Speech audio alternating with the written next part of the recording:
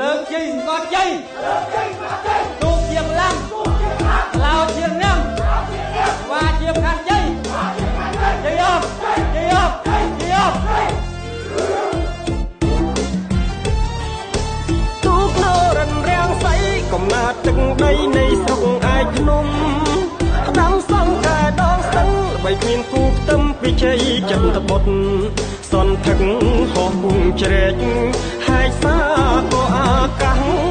រុនទាំងឆ្វេងឆ្វាយក៏ឈ្នះអស់ភពផែនទាំងបី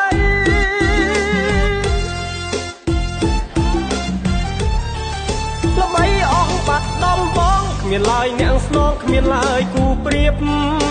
បងប្អូនអស់ផៅងៀតញាប់ញ័រម្ដងទៀតពេលលឺស្គរជ័យ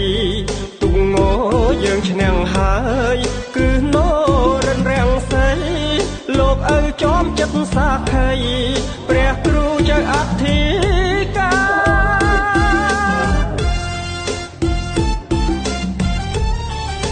បាត់បំបងទឹកដីចំណងនីស័យរំដួលបីត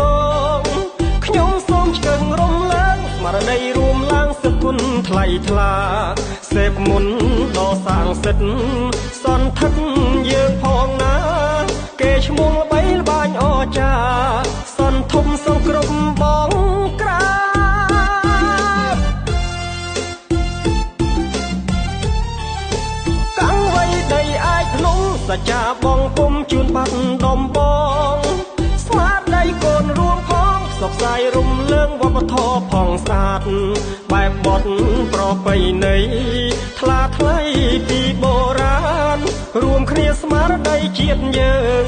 រុងរឿង